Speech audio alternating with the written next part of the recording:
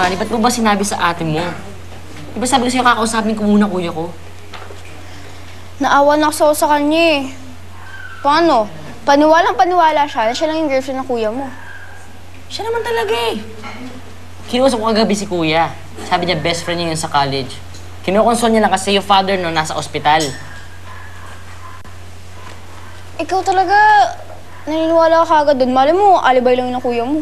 Anong alibay? Sasama niya nga ate Bambi mo sa ospital.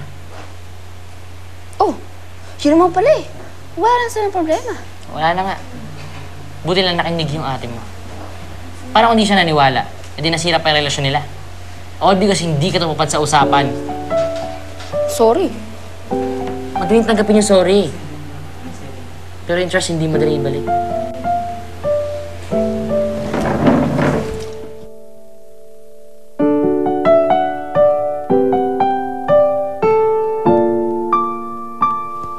Paano, Tito? Maraming salamat po sa pagdalaw, ha? Okay. Next week po ulit, ha? Asahan ko kayo. Asahan mo. Ingat ka, ha? Salamat po. Ingat din po kayo. Sige po.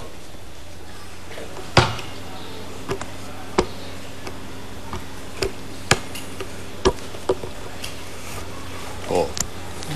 Ano problema mo? Inisip mo yung kaibigan mo, no?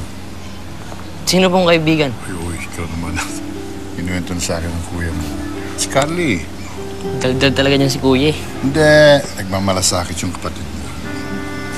Sabi niya sa akin na humingi na raw ng tawad sa'yo. Tatawarin mo na.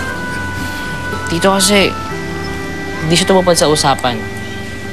Simpleng usapan. Uy, simpleng usapan pala. Ikaw na nagsabi, simpleng usapan. At pinalalaki mo pa. Kailangan eh, tunay na pagkakaibigan, pagmamahalan. Marunong magpatawad. Marunong umintindi. Marunong magsakripisyo. Ang daming kailangan sa pagmamahal at sa mga relasyon katulad niya. Mahirap para magmahal, Tito. Medyo mahirap, pero darating at darating yung ganong klaseng sitwasyon. Kung handa ka na ron, handa mo ng panagutan ang mga pangangailangan ng pagmamahal, pasukin mo. Pero hindi pa, huwag mo munang pasukin yan. Mag-aral ka muna. Sige po. Ha?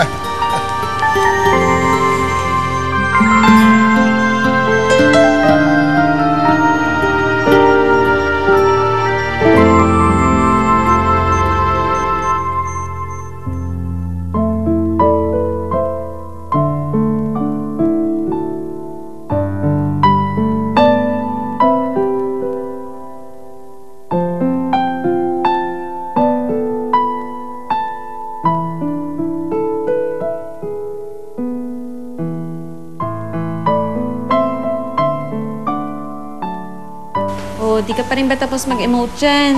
Si Box pa rin?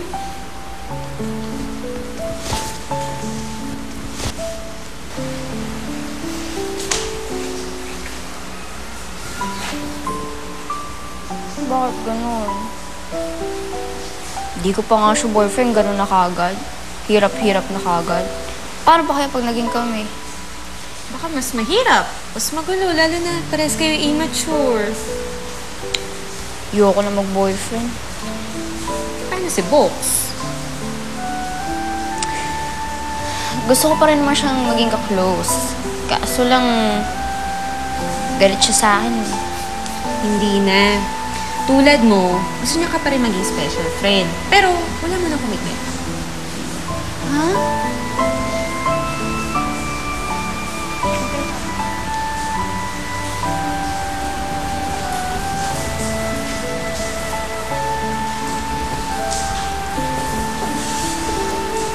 Ayan, ha?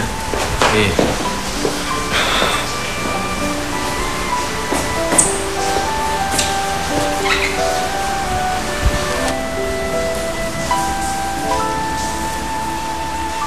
Excuse me? Siya na magpapaliwanag.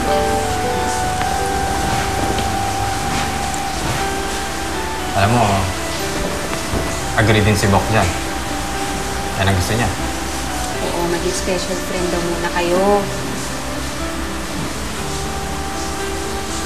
Pwede umalis muna kayong dalawa. Kuya, alis ka muna. Ha?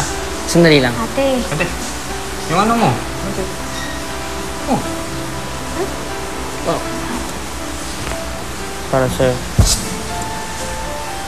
Ayusin mo. Para sa'yo.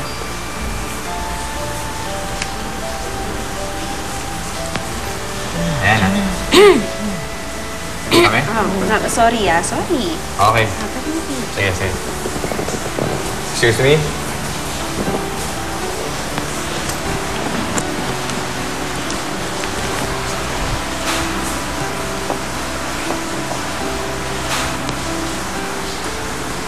Masaya ba tayo? Hindi ka na ba galit?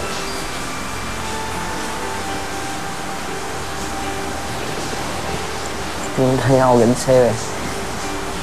Pero,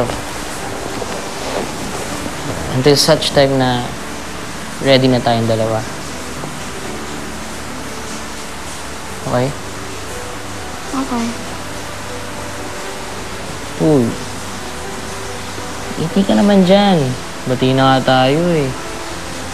Smile, smile. Smile.